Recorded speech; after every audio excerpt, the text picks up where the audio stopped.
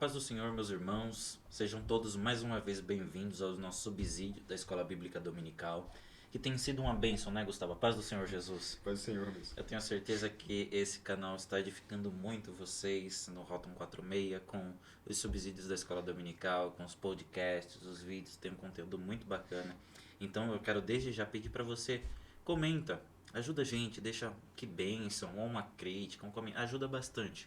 Porque cada vez que você comenta, o YouTube entende que esse conteúdo é relevante e ajuda a divulgar para mais pessoas. Então cada vez que você assistir esse vídeo, já joga o dedo no like aí que com certeza vai ser um conteúdo que vai abençoar na sua vida. Compartilhe também no grupo da sua igreja, compartilha para os demais jovens do seu grupo. Às vezes eles não podem, né, ir no domingo, por algum motivo, eles já vão ter também aula gravada. Então não se esqueça de nos ajudar nesse ministério que com certeza a gente faz isso acreditando, tendo a fé que está edificando a sua vida, o seu grupo e te ajudando no subsídio da escola dominical. Que inclusive é o que nos ensina a doutrina de Cristo, não é? Para nós nos ajudarmos, amarmos uns aos outros, e é por isso que essa obra está sendo realizada. Então hoje, meus queridos, especificamente, nós estaremos estudando a lição de número 12, que tem por título Perseverando na Doutrina de Cristo. Já entendemos, já falamos o que era a doutrina, o que vai contra a doutrina, como a gente aplica a doutrina na igreja, como a gente aplica a doutrina fora da igreja. Foi doutrina para lá, doutrina para cá, e agora a gente precisa continuar nela. Não é só entendê-la, não é só aplicá-la uma vez, mas é continuar vivendo.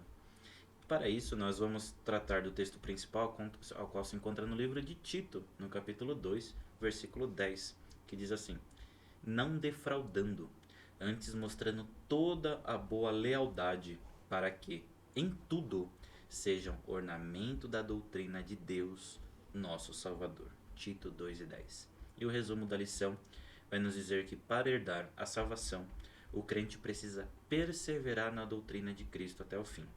Nós agora temos o nosso texto bíblico que está em 2 João, 2 João, né, não tem capítulos, então vamos do versículos 1 a 9, a qual diz assim: O ancião, a senhora eleita e os seus filhos. Aqui o ancião ou o presbítero, né, quem o próprio apóstolo João se denominava, o ancião ou o presbítero, a senhora eleita, que é a igreja, e aos seus filhos, né, uma igreja como a gente até conhece hoje, a igreja mãe, e as outras congregações, as quais amo na verdade, e não somente eu, mas todos os que têm conhecido a verdade, por amor da verdade que está em nós, e para sempre estará conosco. A graça, a misericórdia, a paz da parte de Deus, Pai, e da do Senhor Jesus Cristo, o Filho do Pai, sejam convosco na verdade e no amor. Muito me alegro por achar que alguns de teus filhos andam na verdade, assim como temos o mandamento do Pai. E agora, Senhora, rogo-te, não como escrevendo-te um novo mandamento, mas aquele mesmo que desde o princípio tivemos, que nos amemos uns aos outros. E o amor é este, que andemos segundo os seus mandamentos. Este é o mandamento, como já desde o princípio ouvistes, que andeis nele. Porque já muitos enganadores entraram no mundo, os quais não confessam que Jesus veio em carne. Esse tal é o enganador e o anticristo. Olhai por vós mesmos, para que não percamos o que temos ganhado. Antes recebamos o inteiro galardão. Todo aquele que prevarica e não persevera na doutrina de Cristo não tem a Deus. Quem persevera na doutrina de Cristo, este tem tanto o Pai como o Filho. Aqui, o texto de João é uma introdução profunda em sentido, em sentimento, em autoridade. Parece que a gente consegue até perceber o estado de espírito de João, agora aqui já mais avançado em idade, com um zelo específico pela igreja, pelo fato de eles já estarem andando nesta verdade. Qual que é a verdade? É a doutrina do qual Cristo veio, Cristo se encarnou, morreu e ressuscitou. E por esta palavra, por essa verdade, as pessoas andam nela e permanecem no amor. A verdade de Cristo que manifesta o amor. Dessa forma, ele fala que por que é importante a gente andar nisso? Porque muitos enganadores entraram no mundo. E qual que é, o que esses enganadores dizem contra a verdade? Que Cristo não encarnou. Aqui é algo mais específico em relação ao tempo daquela era, sobre os gnósticos, a qual acreditavam na privação da bondade da carne, que a carne era completamente má e esta não poderia ser purificada. Então diziam que Jesus era um espírito, que era um ente, que era algo fora da natureza humana, fora da natureza carnal, algo sobrenatural, e que Jesus, se não encarnou porque não podia, logo também não morreu e logo também não ressuscitou. Então, a doutrina cristã é algo muito simples de ser verificada. Se qualquer um desses elementos não ocorreu, toda a nossa fé é vã. Se Jesus não veio em carne, se Jesus não morreu e se ele não ressuscitou, tudo que a gente faz da vida cristã não tem base nenhuma. Então a gente apresenta, a gente pode desafiar a qualquer pessoa. Me prove que Cristo não morreu, não encarnou, não morreu e não ressuscitou. Me prove que ele não era o Filho de Deus. Se alguém assim o fizer, toda a fé cristã ela é no mesmo momento diluída. Mas por essa ser a mensagem da verdade, por essa ser a realidade de Deus que foi revelada para nós através da encarnação, através da morte e ressurreição do seu Filho, assim nós devemos andar nessa verdade e no amor. E assim como C.S. Lewis diz no livro dele, Cristianismo Puro e Simples, se Jesus só pode ser duas coisas: ou ele é um lunático mentiroso, ou ele é Deus. E como a Jesus a gente percebe por aquilo que ele fez, por aquilo que ele falou, que ele não é mentiroso, que ele é a própria verdade, então logo ele é Deus. E como Deus, ele é digno de toda adoração, ele é digno de toda aceitação, de toda nossa devoção e de toda a nossa vida. A verdade de Deus ela é estabelecida, portanto, na verdade da pessoa de Cristo, que nasceu, se encarnou, morreu e ressuscitou. Assim como ele é, assim nós cremos na sua vida e no seu ministério. No primeiro tópico, nós vamos falar sobre diante de um mundo imoral. Como nós devemos nos portar diante desse mundo. Trataremos então, a princípio, sobre a moralidade cristã. E quanto à moralidade cristã, falaremos sobre moral e sobre ética também. São conceitos diferentes dentro do campo da compreensão filosófica e sociológica, mas eles se complementam. Quanto à moralidade, o autor fala então que ele vem do termo do vocábulo latino mos, do adjetivo morales, e significa costume ou uso. No dicionário de ética da editora Cultura Cristã, temos alguns aspectos sobre isso. A moralidade convencional refere-se a regras, modelos de comportamento e valores éticos geralmente aceitos por uma sociedade estável. Esse arcabouço moral surge então quando os representantes dessa sociedade concordam com esses valores. É claro que, conforme nós formos nos aprofundando, falaremos sobre como que a Bíblia fala sobre a moralidade. Então, quando os seus principais líderes, ou os principais representantes de uma sociedade definem os seus preceitos morais, a sociedade segue isso. Todavia, há alguns sociólogos relativistas que afirmam, então, que a concepção de moralidade deve ser entendida não só como um conjunto de regras que está dentro de mim de forma natural, conforme nós cremos, pelo menos biblicamente falando, embora sejamos maus, mas Deus colocou a sua moralidade em nós. Esses sociólogos relativistas dizem que a moralidade está associada ao meu contexto social, ao meu contexto cultural e àquilo que eu aprendi. Portanto, não é algo que eu nasço com, é algo que eu aprendo, que eu desenvolvo. Entretanto, biblicamente falando, existem algumas inconsistências nessa fala. Pelo menos nós cremos que Deus criou o homem, depositando nele alguns dos seus aspectos divinos. O homem só pode amar porque Deus é amor. O homem só pode fazer o que faz, só pode andar em bons caminhos, porque Deus o instrui, porque Deus o mostra.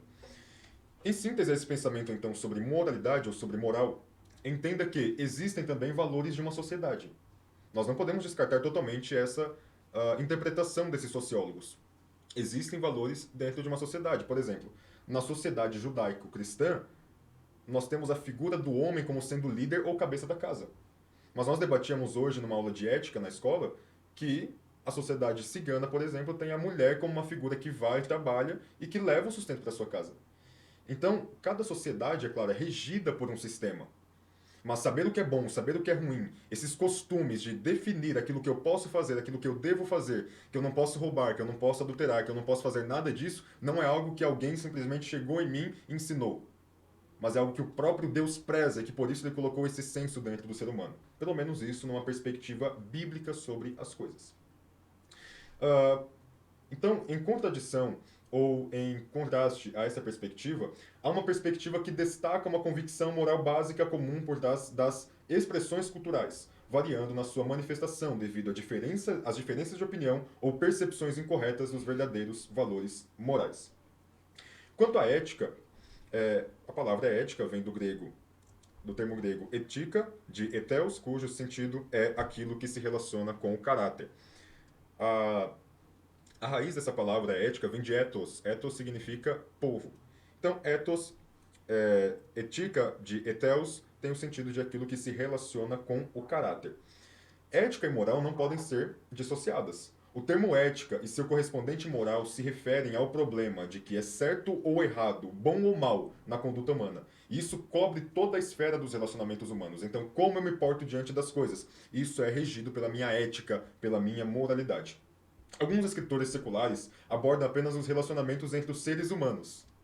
Isso é muito interessante. Todavia, a Bíblia se preocupa com os seus relacionamentos entre os seres humanos e Deus.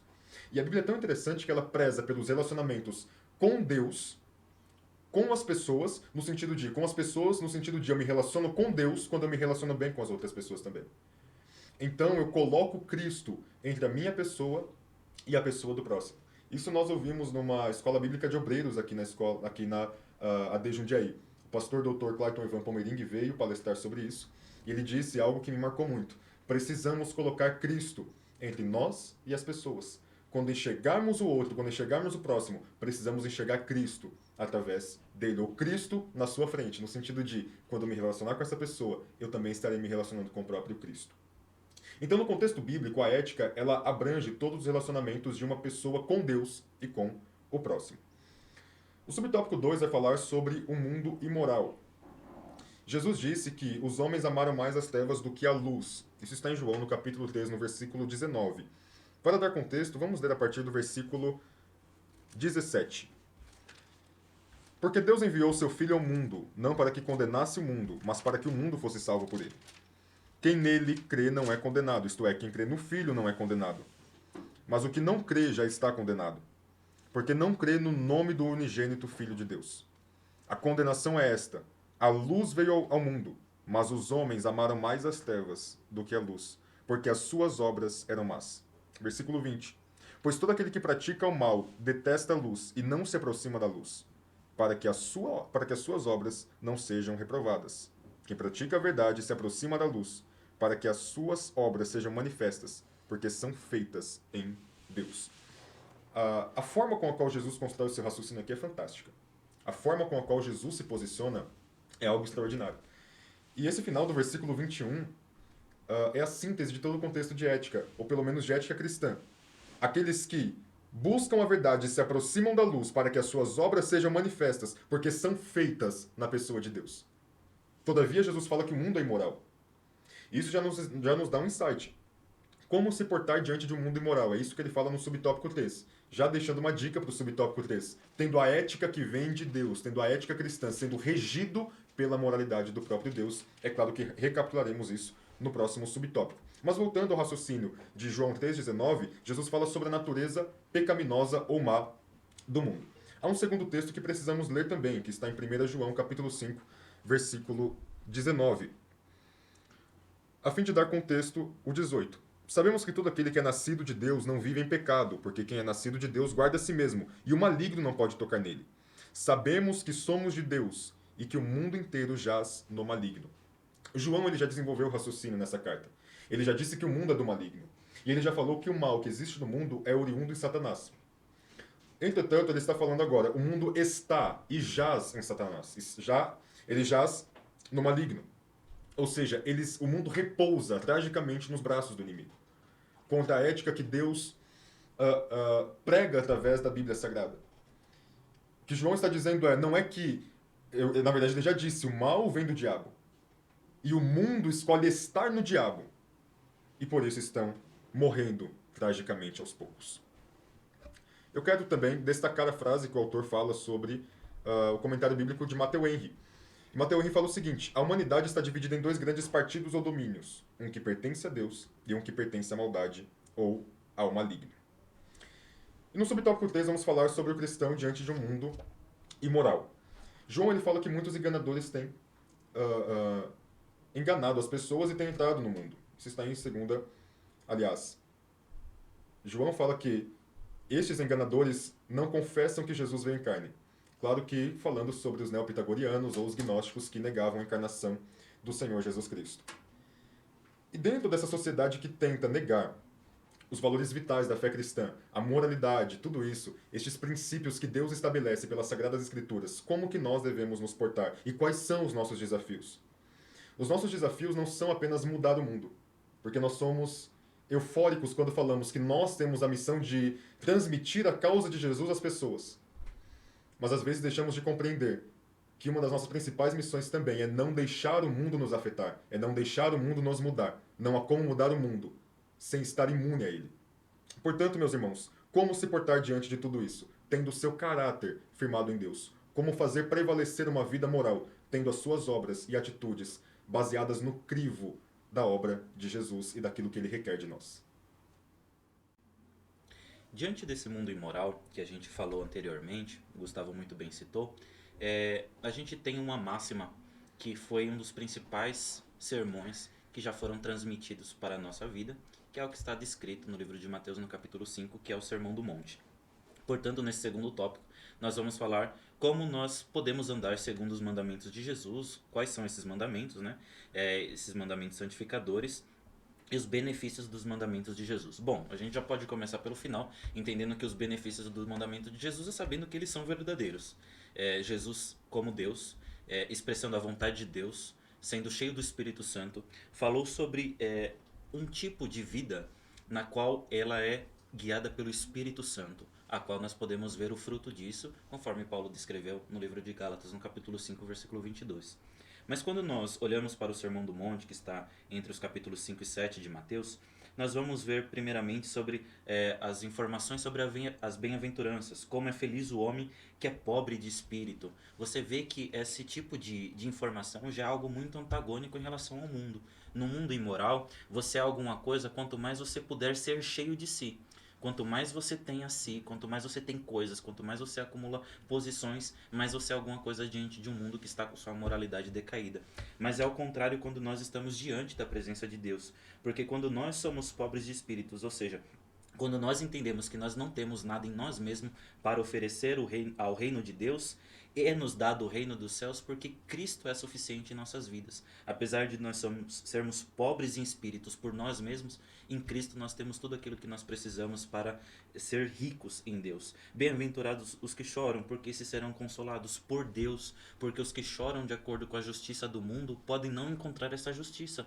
Nós vemos muitos casos de pessoas que são mortas, nós vemos nos noticiários tantas tragédias acontecendo, onde pessoas ficam desesperadas buscando os recursos humanos para terem nas suas vidas, mas todas essas pessoas que choram esperando a recompensa de Deus, elas serão consoladas. Os mansos, porque eles herdarão a terra. Os que têm fome e sede de justiça. Os misericordiosos, os limpos de coração, os pacificadores, os perseguidos. Como é que essas pessoas, nessas condições, elas podem ser felizes ou bem-aventuradas? Parece que o sermão de Jesus é algo tão na contramão daquilo que nós imaginamos do que é o normal para a sociedade hoje, que realmente não se encaixa.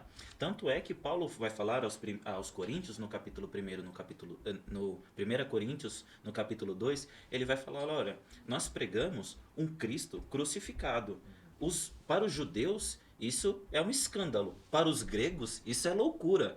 Como é que pode? Como é que pode um Cristo ser crucificado se o madeiro era maldição? Como é que pode, para os gregos, o nosso Deus ter sido morto e para depois ter sido ressuscitado? Então, de acordo com a lógica do mundo, o evangelho, os ensinamentos de Jesus vão diretamente na contramão. É loucura para os homens. Mas nós entendemos, nós estamos certos pela verdade que nos foi comunicada por Jesus, que esses mandamentos são aqueles que nos trazem vida. Toda vez que nós entendemos isso e o comportamento cristão entre ser o sal da terra e a luz do mundo, dar sem esperar algo em troca, esses mandamentos que eles vão nos santificar e vão nos levar próximos de Deus. Então, de novo, se a gente for pensar da perspectiva humana, todos os nossos afazeres, tudo aquilo que nós buscamos, tudo aquilo que nós buscamos como recompensa em relação à moralidade e à ética humana, com certeza vai ficar muito aquém daquilo que nós acreditamos que seja o melhor. Mas quando nós estamos diante de Deus, mesmo nós estando aquém em relação à justiça de Deus e muito distante dela, mesmo assim, a justiça de Deus, ela se encarnou, ela esteve presente, andou nesta terra, ela se encarnou, morreu por nós e ressuscitou ao terceiro dia. Veja que esses ensinamentos de Cristo, através da sua morte, através da sua santificação, ela nos trouxe vida. Cristo não só foi o nosso sacerdote, mas também foi o nosso cordeiro perfeito. Nele está contida toda a obra perfeita da vontade da palavra de Deus. Por que nós devemos obedecer os mandamentos de Jesus? Porque eles são a verdade, eles mostram a realidade.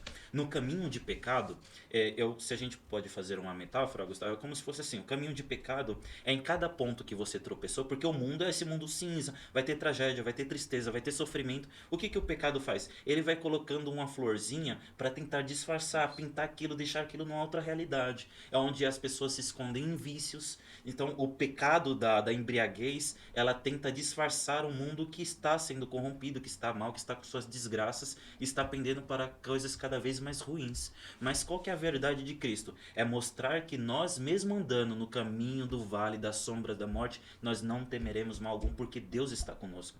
Então a nossa perspectiva em relação à realidade é que Cristo, como sendo a verdade da nossa vida, nós podemos ter esperança. Nós sabemos que toda morte vai ser recompensada, nós sabemos que toda injustiça vai ser recompensada, nós sabemos que toda justiça vai ser recompensada, porque a verdade dos benefícios, dos mandamentos de Jesus, e seguindo a sua esperança, sabendo que nós podemos andar nele, assim como o autor, como Paulo falou aos Filipenses, olha, porque Deus disse, assim também nós podemos crer. Ou seja, foi a palavra de Deus que foi dita, não foi a palavra de qualquer pessoa, não foi a palavra de um mentiroso. Deus está dizendo que assim o fará, portanto assim ele o fará. E nisso nós devemos crer e confiar. Se essa palavra ela nos traz vida, se ela nos traz confiança, ela nos edifica e nos leva a um caminho de santificação, é nela que nós devemos andar e é nela que nós devemos perseverar.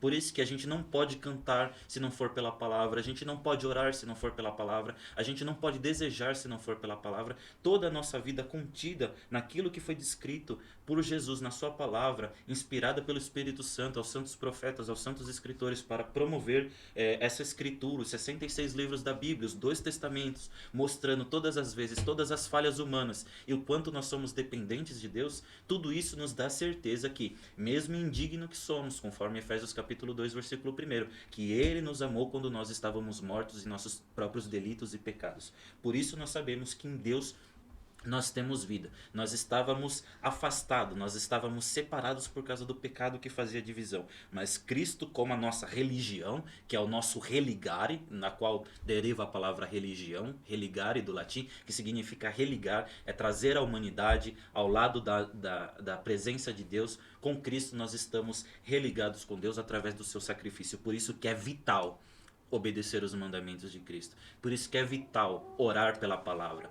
Por isso que é vital ouvir a palavra, por isso que é vital obedecer. Não é só conhecer, mas é obedecer. Não é só saber que os mandamentos santificam, é ser realmente santificados por Ele. Não é só saber que são mandamentos, mas que são os mandamentos de Jesus. E Jesus, Ele é Deus. Jesus, Ele fala daquilo que Ele é próprio.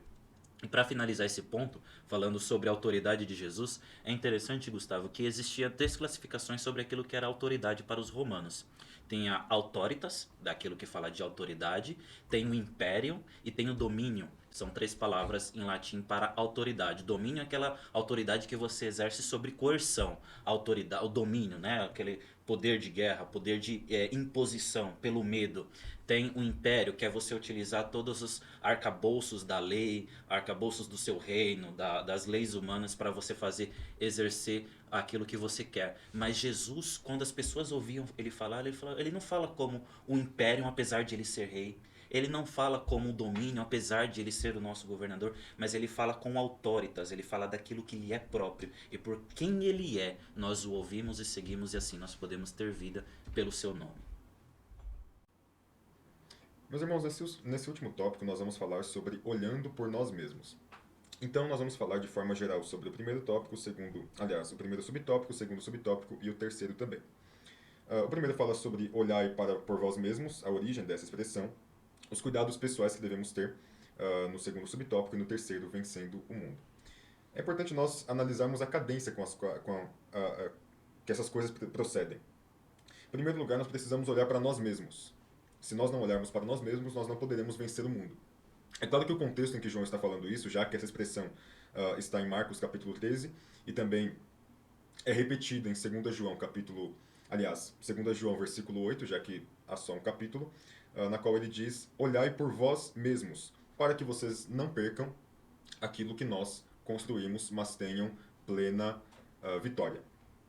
Algumas traduções, como a Nova Almeida Atualizada, trazem tenham cuidado, então o sentido é o mesmo.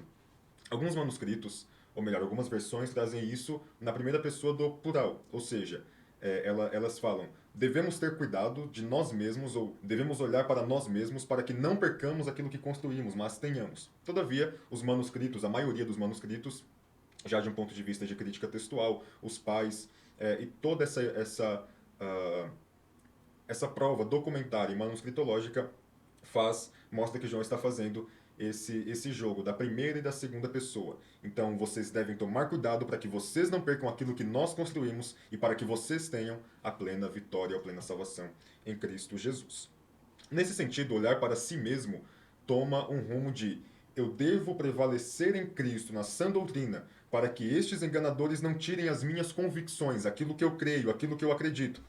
E Jesus nos dá o imperativo de vigiar e orar. Precisamos nos manter vigilantes quanto àqueles que chegarão e tentarão destruir, fazer ruir a doutrina que nós cremos pela graça de Jesus. Tentarão tirar as nossas convicções. De certo que em muitos momentos o próprio Deus tira as nossas convicções, mas isso está à parte, já que as pessoas que se denominam ou que dizem que a Bíblia está incorreta ou que a nossa crença está incorreta, de alguma forma tentam desconstruir aquilo que nós cremos. Ora, existem muitos aspectos que precisamos de desconstrução. Todavia, existem outros que o mundo tenta tirar de nós, mas nós não podemos deixar que ele tire. São duas coisas separadas, são duas coisas diferentes. Precisamos refletir sobre aquilo que cremos, mas olhar para a doutrina, olhar para aquilo que nós estamos pensando e para nós mesmos.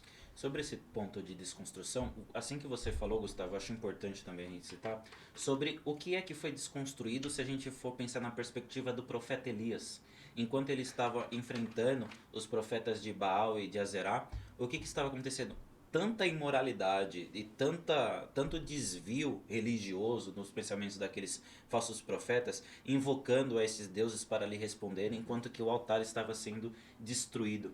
E quando Elias chega, a primeira coisa que ele faz, antes mesmo de invocar o nome do Senhor, é a reconstrução do altar. Então, às vezes, existem coisas que quando nós olhamos para nós mesmos que estão desconstruídas, elas podem ser por defeitos em relação àquilo que foi feito com as nossas com problemas de crenças erradas, com descuidado pessoal, com o não olhar através da doutrina. Então essas coisas vão quebrando a nossa vida num sentido espiritual. Então essas alusões de desconstruir ou construir em relação àquilo que é de Deus e aquilo que não é de Deus, isso precisa também estar pautado de acordo com a palavra dele. Sim. E nós vivemos em constante construção e desconstrução. A ortodoxia da fé tira muitas vezes de nós algumas concepções que são incorretas. O grande problema que surge é quando as pessoas que não deixaram ser desconstruídas pela ortodoxia querem destruir aquilo que ela construiu em nós. E é sobre isso que João está falando. Precisamos olhar para nós mesmos e para a forma com a qual nós lidamos com todo esse arcabouço doutrinário. O Senhor Jesus não se agrada de crentes que se desviam da sua doutrina. Entretanto, ele é capaz de aparecer no meio do caminho de Emaús e explicar desde a lei até os profetas, até os escritos, e aplicando nele, colocando neles, encucando nos seus discípulos a sã doutrina. Quanto a cuidados pessoais, precisamos cuidar de nós mesmos. E o autor ele pauta o seu discurso aqui na carta de Paulo a Timóteo. A carta de Paulo a Timóteo é uma carta muito fraternal e ao mesmo tempo muito necessária para nós. Ele fala: olha, Timóteo, eu pedi fervorosamente que você ficasse em Éfeso para que livrasse o povo, para que livrasse a igreja das más doutrinas, dos ventos de doutrina que chegariam contra ela. Entretanto, Paulo aconselha Timóteo a cuidar de si mesmo. Ele diz: não deixe de ler, estude, permaneça crente, permaneça com o seu chamado, permaneça com o seu ministério. Isso é já pegando alguns elementos da segunda carta. Mas você percebe que desde a primeira carta, Paulo já está falando sobre isso. Persiste em ler, continua estudando, preserva na sã doutrina, e ele até repete alguns preceitos dessa mesma doutrina para Timóteo. Então nós precisamos cuidar de nós mesmos nesse sentido. Olhar para nós e olhar o que a Bíblia diz sobre nós. Olhar para aquilo que cremos e olhar para aquilo que a Bíblia diz sobre essa crença. E só assim, meus irmãos, nós poderemos vencer um mundo tão imoral, um mundo tão perverso, pós-moderno, e que tem apresentado tantos problemas para nós.